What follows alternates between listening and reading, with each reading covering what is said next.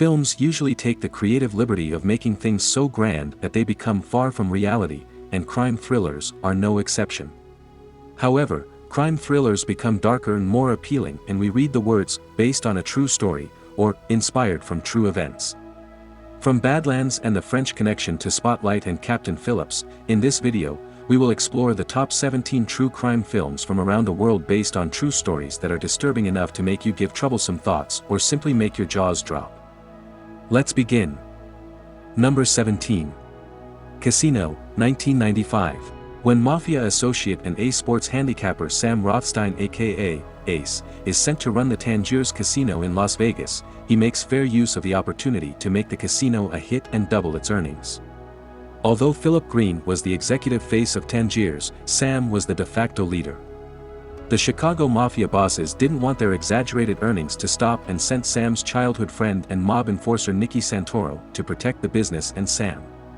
However, Sam's savior Nicky started to become his primary concern because Nicky would involve his men to carry out jewel heists, burglaries, shakedowns, etc. Nicky was bringing way more attention than required, proving himself to be the real gangster in town. But Sam's life took a better turn after meeting Ginger McKenna, the most beautiful hustler, and former escort. Sam and Ginger soon got married and had a daughter, Amy. But Sam's personal and professional lives went for a toss after Ginger's feeling for her ex-boyfriend rekindled. And, of course, Nicky's activities had brought Tangiers Casino under the FBI radar. Would Sam Rothstein manage to calm the storm created by his wife and his best friend? When you love someone, you've got to trust them. There's no other way. You've got to give them the key to everything that's yours. Based on Nicholas Pileggi's book Casino, Love and Honor in Las Vegas and directed by Martin Scorsese, the film stars veterans like Robert De Niro as Sam Rothstein, Sharon Stone as Ginger McKenna, and Joe Pesci as Nicky Santoro. These three characters were based on real people and took several tropes from real-life situations. De Niro and Sharon Stone's characters were based on Frank Rosenthal and his wife, Jerry McGee. Frank Rosenthal was known as the greatest living expert on sports betting. Also, the nefarious mob enforcer Anthony Spilatro inspired Joe Pesci's character of Nicky. Apart from Sharon Stone's impeccable acting stint, Scorsese's direction makes the film an experience that you get from an audacious gamble. His trademark pacing and energy only elevate the plethora of rightly employed little details. For a while, I believed that's the kind of love I had. Number 16. Monster, 2003. Aileen Wuornos, a suicidal street prostitute, moved to Daytona Beach from Michigan in 1989 and met a woman named Selby Wall in a gay bar. Eileen's hostility soon dissolved after speaking to Selby. For the first time, Aileen is feeling connected to someone on an emotional level, and on the other hand, Selby likes that Aileen is protective of her. Selby invites Aileen to spend the night with her, and they meet the following day at a roller skating rink. However, they have nowhere to go, and Selby goes to live with her aunt. Therefore, despite being in love, the two women were forced to live separately. It wasn't before long that things spiraled down for the couple when a client named Vincent Corey brutally assaulted Aileen, whom she murdered in self-defense. This was the first of many murders that Aileen would commit. The incident traumatized Aileen, and she confessed her crime to Selby, but she was pissed at her because Aileen was failing to support them. Aileen resolved to quit the life of a prostitute and searched for legitimate jobs, but her past criminal records and lack of qualifications posed a hindrance. Desperate for money and pressurized by Selby, Aileen returned to prostitution, killing her clients and stealing her money, which she used to support Selby and herself. Where there's life, there's hope. Oh, they gotta tell you something. Directed by Patty Jenkins, the film ends on a heartbreaking note where the viewers cannot help but sympathize with a ruthless serial killer. Aileen Wuornos killed 7 by shooting them at point-blank range, each of which she claimed was an act of self-defense. Aileen had a troubled childhood. Her schizophrenic father killed himself in prison. Her mother left her at the mercy of alcoholic and abusive grandparents, who ultimately kicked her out of the house when she was 15, after which she got into the flesh trade to support herself.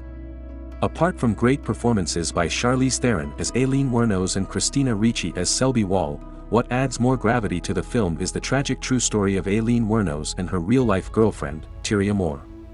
Patty Jenkins' grim American film is compelling and thought-provoking. Number 15. Black Friday, 2004. On March 9, 1993, Mumbai police arrested Muhammad, a petty criminal who confessed to a conspiracy about serial bomb blasts in Mumbai, but the police dismissed him as a bluff. 3 days later, Mumbai gets rocked by a series of explosions at various major locations, leaving 257 dead and more than 1,400 injured. These blasts were retaliation by the Muslim underworld of Mumbai because of the persecution of Mumbai's Muslims during a previous communal riot. Nevertheless, the blasts led to a full-scale inquiry and massive manhunt for those responsible. Leading the investigation was Rakesh Maria, the Deputy Commissioner of Police. Investigations revealed that noted criminal Tiger Mayman planned and executed the attack along with several henchmen whom he had brainwashed. As DCP Rakesh Maria tracks the men responsible, they realize they have nowhere to hide and live a life of anonymity in secrecy because even their terrorist masters had abandoned them for good. Directed by Anurag Kashyap, this Hindi film gained critical acclaim because of a unique portrayal of bombers that humanizes them without trivializing their crime. Based on the aftermath of the 1993 serial bomb blasts of Mumbai, Kashyap's film recognizes the horrors that stakeholders of a tragic event feel, irrespective of which side they are on.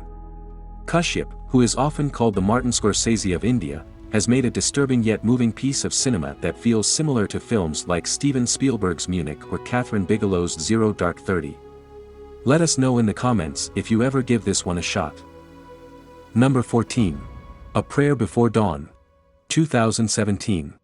After being charged with theft, Billy Moore, a young British drug addict boxer, is thrown into the infamous Klong Prem prison, where he witnesses firsthand the horrors of Thailand's prison life.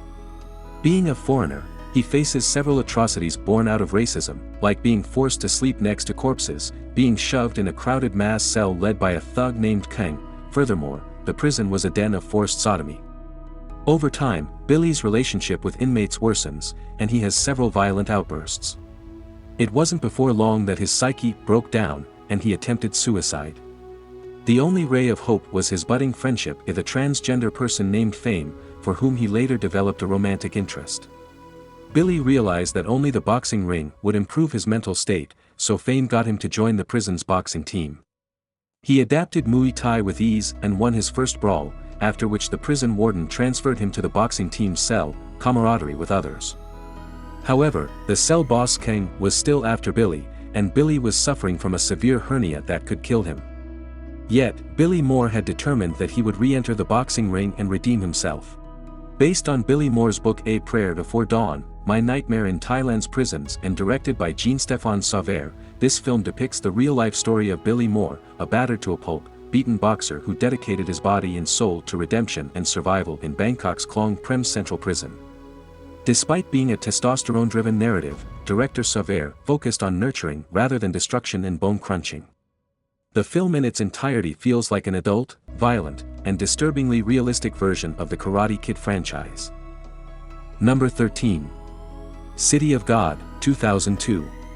The film begins in the middle of the plot with an armed gang chasing a chicken in the City of God favela. As the chicken stopped between the narrator named Rocket and the armed gangsters, the film flashes back to the 60s when City of God was a newly made housing complex with hardly any amenities. To alleviate the harsh living conditions of the favela, 3 amateur thieves named Shaggy, Clipper, and Rocket's elder brother Goose play Robin Hood, often stealing from the rich and distributing the exploits among the poor.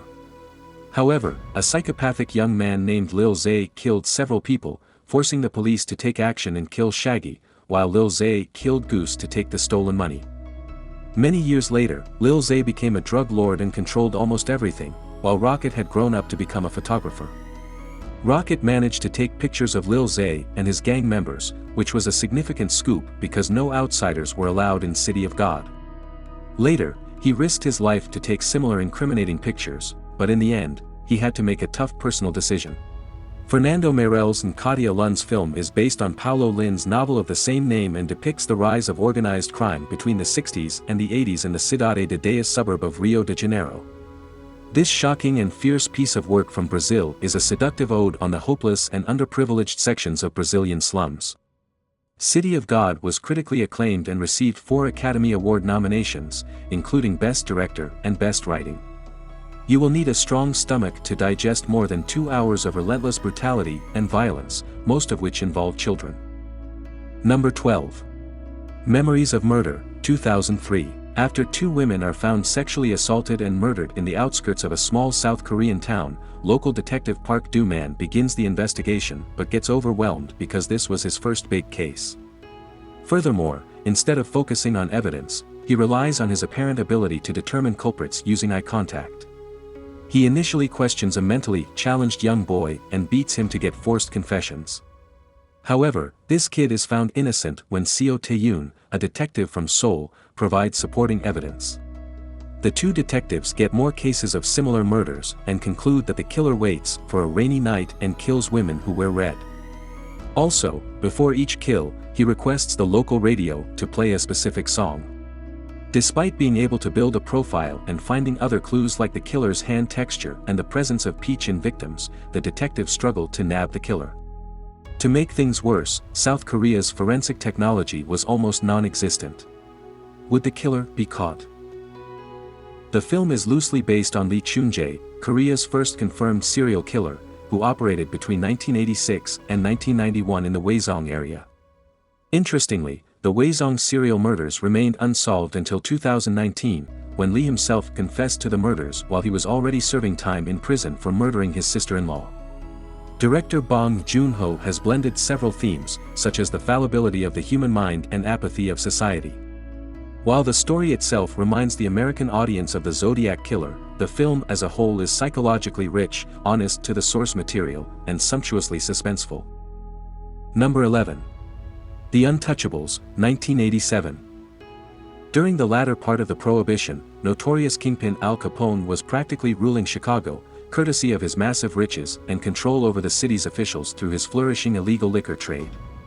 Bureau of Prohibition assigns Elliot Ness to put an end to the menace and nab Al Capone. Being a dedicated officer, Ness raided one of Capone's hideouts, but he fled because corrupt cops had tipped Capone off. Nevertheless, Ness is joined by Jimmy Malone, a veteran Irish-American officer, who suggests that the only way to bypass the corruption was through recruiting a young, idealistic trainee who hasn't come under Capone's influence and still believes in law enforcement. Ness and Malone then include George Stone into their small group and successfully raid one of Capone's liquor cache, and get positive media publicity only to be dubbed as the Untouchables. However, Capone was shielded from all sides because of his connections. So, Ness, Malone, and the others come up with a plan to make a case of tax evasion around him. However, Capone was not going to give up easily and was willing to fight back. He pulls a knife, you pull a gun. He sends one of yours to the hospital, you send one of his to the morgue. That's the Chicago way. That's how you get Capone. The film is based on the true struggle between Elliot Ness and Al Capone during the Prohibition period, and although it's nothing like other gangster films such as American Gangster or Scarface, Brian De Palma's The Untouchables has no dialogue that feels like fluff and no shot that felt wasted. Kevin Costner as Elliot Ness, Sean Connery as Jim Malone, and Robert De Niro as Al Capone have given larger-than-life performances, while the operatic style of filming renders a perfectly crafted depiction of the Prohibition-era Chicago. Number 10. In Cold Blood, 1967. A perfect score needs perfect partners. Together, we're a perfect fit. Shortly after their release from the Kansas State Penitentiary, Perry Smith and Richard Hickok met in the fall of 1959 to plot their biggest heist at the farmhouse of the wealthy Clutter family, where Herbert Clutter apparently kept a large stash of cash. They break into the Clutter house, but fail to find any such safe and kill Herbert Clutter, his wife, and 2 teenage children. After discovering the murders, Detective Alvin Dewey of the Kansas Bureau of Investigation launched an investigation. Based on a tip-off, Smith and Hickok become the primary suspects, but to evade law enforcement, they had already fled the country and lived in Mexico for 2 weeks. After this, they returned to America and went off to Las Vegas, where they passed bad checks and stole a car. However, they were caught by the Las Vegas PD on charges of driving a stolen car. Naturally, Las Vegas PD and the KBI questioned the murderous duo separately, and the 2 men tried to deny any knowledge of the murders, but the cops knew better than that. The cops made them squeal, and the 2 disclosed some disturbing facts about the ordeal. Although Hickok and Smith committed the murders back in 1959 and were hanged for their crimes in 1965, the case became famous only after Truman Capote published his book In Cold Blood in 1966. The two men revealed to Capote how they conceived the plan, what went on during their hours at the Clutter House, and its aftermath. Interestingly, Richard Brooks' film was shot at the same locations that Hickok and Smith frequented or committed their crimes, including the Rayall Clutter House. These bits of realism send shivers down the spine even today, just as they must have all those decades ago. However, the most horrific bit of the film is the quarter hour and Hickok and Smith slay the Clutter family in cold blood. Number 9. Badlands, 1973. Little did I realize that what began in the alleys and backways of this quiet town would end in the Badlands of Montana. A troubled 15-year-old, Holly Sargis, meets Kit Carruthers, a troubled Hayaser and Korean War veteran who's 10 years older than her and works as a garbage collector. Holly gets enchanted with Kit because he resembles James Dean, a Hollywood actor. She has her cherry popped by Kit, but Holly's father disapproves of their relationship due to Kit's character and lifestyle. One day, Kit breaks into her house and asks Holly to elope with her. When Holly's father protests this, Kit shoots the man dead. After burning their house to fake their suicide, the two flee into the Badlands of Montana, where they live happily on a treehouse, often stealing chicken from the locals for food. But gradually, Kit's violent and antisocial tendencies come to the fore when Kit kills 3 bounty hunters. From this point onwards, Kit becomes increasingly violent, and killing people becomes something very usual for him, but whenever Kit kills, the couple is forced to move on to another location, and Holly starts to become tired of being constantly on the run. Number 8. Zodiac, 2007. So, why did Zodiac kill him? In August 1969, the San Francisco Chronicle received encrypted letters from a possible killer named Zodiac, who threatened more deaths if the letter carrying his encoded identity was not published. When one of the letters was published, a couple managed to decipher it, but the killings continued. Crime reporter Paul Avery and others trivialized cartoonist Robert Graysmith, who was certain that the identity was not disclosed in the letter. However, once Graysmith gives substantial insight about a recent letter, Avery begins to cooperate with Graysmith, and the two of them work together on the sensational case. 2 weeks later, the killer mails the blood-stained shirt of one of his victims. By now, cops Dave Toschi and Bill Armstrong had taken charge of the Zodiac case, which had become a bone in their throat that they could neither spit nor swallow. Despite getting circumstantial evidence incriminating one of the suspects, they couldn't build a good case. Meanwhile, the case was taking a toll on the personal lives of Avery, Graysmith, and Toschi. Would the killer ever be caught? David Fincher's stoically gripping newsroom drama often turns into a creepy thriller but never veers from maintaining a dreamlike quality and representing a seemingly honest depiction of what went on all those years back when Zodiac was active and on the loose. Interestingly, the film features Iron Man, the Hulk, and Mysterio and is based on the book of the same name by Robert Graysmith. Zodiac sheds light on the infamous unsolved crimes committed by the Zodiac Killer, who remained active in the San Francisco Bay Area between December 1968 and October 1969. There have been 5 confirmed murders that Zodiac committed, while he claimed to have killed 37 people. Since then, there have been various persons of interest in the Zodiac Killer case, and the latest addition to this list was Gary Francis Post, whose name came up in October 2021 as the Zodiac Killer. Yet, the case remains open even today. Number 7. American Hustle, 2013. The days gone by, we could never see tomorrow. The brilliant con man Irving Rosenfeld is married to the uncultured and unpredictable Rosalind, but he develops an instant connection with the cunning and seductive Sidney Prosser, who becomes his love interest and partner in crime. Sidney vastly helps Irving by pretending to be Lady Edith Greensley, a Brit with London banking connections. However, one of their victims turns out to be the wild FBI agent Richie DeMasso, who's struggling to make his mark in the agency. Richie makes a deal with Irving and Edith to help him catch for criminals in exchange for release without any charges. However, Richie soon changes his targets, and the con artist couple is forced to work for him to nab bigger fish like members of Congress and mob bosses. Amidst all this, Edith begins to fall in love with Irving while his wife Rosalind holds the thread that could bring their entire world crashing down. David O. Russell's film has an ensemble cast including Christian Bale, Bradley Cooper, Amy Adams, Jeremy Renner, and Jennifer Lawrence, and each of them has given larger-than-life performances to bring the Abscam sting operation to life. Bale's character of Irving Rosenfeld was based on convicted con artist Mel Weinberg, who helped the FBI to videotape politicians accepting bribes from a fake Arabian firm. Likewise, Amy Adams's character was based on Evelyn Knight and that of Jeremy on Angelo Ericetti.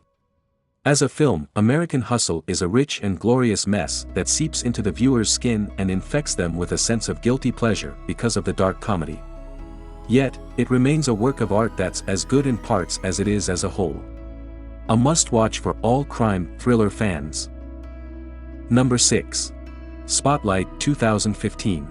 Boston police arrested Father John Geoghegan in 1976 on child abuse charges, but a high-ranking cleric gets him free and ensures that the press doesn't get wind of the story. A quarter-century later, in 2001, the managing editor of the Boston Globe met Walter Robinson, the editor of the newspaper Spotlight investigative team, a rather autonomous team within the Globe. Barron and Robinson decide to look into the allegations of lawyer Mitchell Garabedian on Cardinal Bernard Law, accusing the latter of covering up for Father John Geoghegan's pedophilia despite having complete knowledge about it. Following this, Spotlight's investigative journalist Michael Resendiz goes to interview Garabedian and learns some horrific details. Contrary to the initial belief, Spotlight and Resendiz discovered a chain of priests who were moved around several times by the Boston Archdiocese because of their predatory tendencies. Things started to take their toll on Spotlight journalists as they discovered that possible predators were in churches and treatment centers around their homes. The only way to make their neighborhood and city safe was through publishing the story. Directed by Tom McCarthy, the film brought an international spotlight on the Catholic Archdiocese of Boston's sex abuse scandal, which led to the criminal prosecution of 5 Roman Catholic priests. This was made possible only because of the efforts of the Boston Globe's Spotlight investigative team, which earned them the 2003 Pulitzer Prize for Public Service. They had stopped the abuse of serial predators who hid behind the clergy vestments.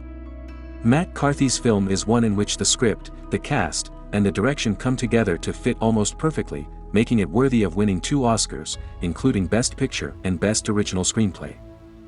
Number 5. The French Connection. 1971. The leader of the world's largest heroin smuggling syndicate, Alain Charnier, stuffs Henri Devereaux's car with $32 million worth of heroin so that it could be smuggled into the United States. Back in New York, detectives Popeye and Cloudy visit the Copacabana for drinks but find Salvatore Boca and his wife Angie with mobsters. On following them, Popeye and Cloudy learn about a large heroin shipment and its connection between lawyer Joel Weinstock and the Bocas. As Popeye and Cloudy begin their investigation, they are joined by federal agents Klein and Mulderig. Charnier arrives in New York and realizes that Popeye is observing him, so his henchman Nicoli tries to kill Popeye but misses. In an attempt to escape, he hijacks a train, and after a high-octane chase sequence, Popeye manages to take Nicoli down. Meanwhile, Devereaux's car arrives in New York City, and after a long stakeout, Popeye gets the car impounded only to find a large stash of drugs in it. Alright, Popeye's here! Based on a novel of the same name by Robin Moore, William Friedkin's film tells the tale of 2 New York narcotics detectives, Eddie Egan and Sonny Grosso. The duo was responsible for busting an organized crime ring and seizing 112 pounds of heroin, which was a record back then. Interestingly, Eddie Egan starred as Captain Walt Simonson and Sonny Grosso as FBI agent Clyde Klein in The French Connection. The film is often hailed for depicting one of the greatest chase sequences in Hollywood's history, but sadly, people often forget everything else the film offers apart from the chase sequences. Not only did the film win Oscars for Best Screenplay and Editing, but Friedkin won the Best Director and Gene Hackman as Popeye won the Oscar for Best Actor. Number 4. The Wolf of Wall Street. 2013. I consume enough drugs to sedate Manhattan, Long Island, and Queens for a month. After landing a job with L.F. Rothschild, Jordan Belfort becomes introduced and enticed to the drug-fueled stockbroker culture, but he soon loses his job due to the Black Monday event. Following this, he worked for a while in a boiler room brokerage firm in Long Island before starting his own firm with his friend Donny Azoff. Along with Donny, Jordan trained the staff in the art of hard sell and pump and dump scheme, which involved persuading people into buying shares with obnoxiously inflated prices. Jordan was making a lot of money in a short span of time, but this led to a decadent lifestyle involving hard drugs, prostitutes, etc. He even divorced his wife to marry Naomi LaPaglia, with whom he had an affair. Jordan's lifestyle and money-making tactics often brought him under the FBI radar. By the end, Jordan Belfort had deteriorated into a man who knew nothing but money, women, and drugs, which was his ticket to hell. Directed by Martin Scorsese, the film is based on the real-life Jordan Belfort's memoir of the same name, in which he described how his company Stratton Oakmont engaged in frauds and pump and dump schemes on the Wall Street to lure unfortunate people into buying penny stocks. As a film, it reflects the same rave and maddened energy as its characters, especially DiCaprio's Jordan Belfort, Margot Robbie's LaPaglia, and of course there are Jonah Hill and Matthew McConaughey. Some may feel that at 3 hours, the film slacks, but Scorsese and DiCaprio wasted no word or frame throughout the runtime of The Wolf of Wall Street. Although the film received largely positive reviews, its authenticity is often questioned because a veteran conman wrote the source material, and the rights of his book were sold even before publishing. Nevertheless, Scorsese's film is worth your while. By the way, the real Jordan Belfort starred in the film as the Auckland Straight Line host. Number 3. Catch Me If You Can. 2002. After teenager Frank Abagnale's father gets into tax problems with the IRS, the family moves to a small apartment from a large home, and he's transferred to a public school where he poses as a French teacher. More personal problems occur when his mother divorces his father because of an affair, after which Frank escaped home to live on his own, but that required money, which he acquired by impersonating a Pan Am pilot. With time, his confidence boosts, and his forgeries grow along, so much so that he had earned millions of dollars within months. No crime goes unnoticed, and Frank's cons attracted the attention of FBI agent Carl Hanratty, who almost caught Frank on many occasions, only to be fooled. To evade the heat, Frank posed as a doctor and fell in love with a young girl named Brenda, and with her father's help, he passed the bar exam. On his engagement day, Agent Hanratty arrived, but Frank escaped from a window and later learned that Brenda had given up on him. Frank escaped town with the unwitting help of 8 women whom he had falsely recruited as stewardesses. But Hanratty was still on a hot pursuit, and despite being caught, Frank's life was nothing short of a roller coaster. Steven Spielberg's film starring Tom Hanks and Leonardo DiCaprio is based on the autobiography of Frank Abagnale, in which he claimed to have committed several high-profile crimes and forgeries by the age of 19. Although recent investigations doubt the veracity of Abagnale's claims, the fact remains that he was a veteran con artist of his time and did indeed help the FBI solve several bank frauds and became one of the leading experts on bank fraud and forgery. As far as the movie is concerned, Spielberg's sharp direction, Jeff Nathanson's crisp screenplay and Janusz Kaminski's efficient camera work came together to elevate DiCaprio's flamboyance and Tom Hanks' diligence. A perfect holiday film. Number 2. American Gangster, 2007. Gangster Frank Lucas used to be the right-hand man of mob boss Ellsworth Johnson, after whose death, Frank himself entered the heroin trade and bought directly from Thai producers and smuggled his drugs with the help of returning Vietnam War veterans. Because he bought from the producers, Frank's heroin was affordable and of top-notch quality. He sold it under the name of Blue Magic, and Frank's product soon became a hit, so much so that he eliminated several of his competitors within a short time. Such exponential success didn't just bring him hatred from his competitors, but also the heat from cops. As Frank's heroin racket prospered to the tri-state area, Newark detective and aspiring lawyer Richie Roberts made in charge of a special task force aimed to end the drug menace. However, Frank maintained an extremely low profile and opened several legitimate businesses, which made it difficult for Richie Roberts to nab the new and omnipotent crime lord of Harlem. Ridley Scott's film starring Denzel Washington and Russell Crowe depicts a slightly exaggerated story of criminal Frank Lucas and his veteran friend Richie Roberts. Despite being a truly independent and inspiring film, many critics and fans commit the mistake of calling the film Harlem Godfather and Black Scarface. The magic in American Gangster can be witnessed in the gritty precision with which Ridley Scott chooses his scenes and frames. It's definitely one of the best films that Scott ever directed, and Russell Crowe ever acted, but it was Mr. Washington who stole the show with his less-than-perfect character like that of Training Day or Safe House, and it's he who makes the film both entertaining and compelling. Number 1, Captain Phillips, 2013. Captain Richard Phillips of unarmed container vessel MV Maersk Alabama was tasked with sailing the ship from the port of Salalah in Oman to Mombasa, Kenya, through the pirate-infested Gardafui Channel. As feared, Captain Phillips's vessel encounters 2 skiffs with Somali pirates. This is Maersk Alabama. Our position is 2 degrees 2 knots. We have 2 skiffs approaching, which Phillips and his crew managed to sned away by faking a request for an airstrike. However, they returned the next day with more force, and despite their best effort to keep the pirates at bay, they managed to secure their ladder and get on board Maersk Alabama. The quick-thinking Captain Phillips asked his crew to hide in the engine room and wait for the safe word, but the pirates managed to hold a few at gunpoint. Captain Phillips offered money from the vessel's safe to the pirates, but they wanted millions of dollars of insurance money from the shipping company. The situation soon deteriorated, and the pirates took Captain Phillips hostage. The tensions rise as the U.S. Navy destroyer USS Bainbridge joins the situation, and everyone begins to lose their calm, including the pirates. Paul Greengrass's film starring Tom Hanks as Captain Phillips and Barkat Abdi as Somali pirate Abdiwali is based on Phillips's 2010 book A Captain's Duty and depicts an honest cinematization of the horrors that Phillips experienced while attempting to save his crew from pirates.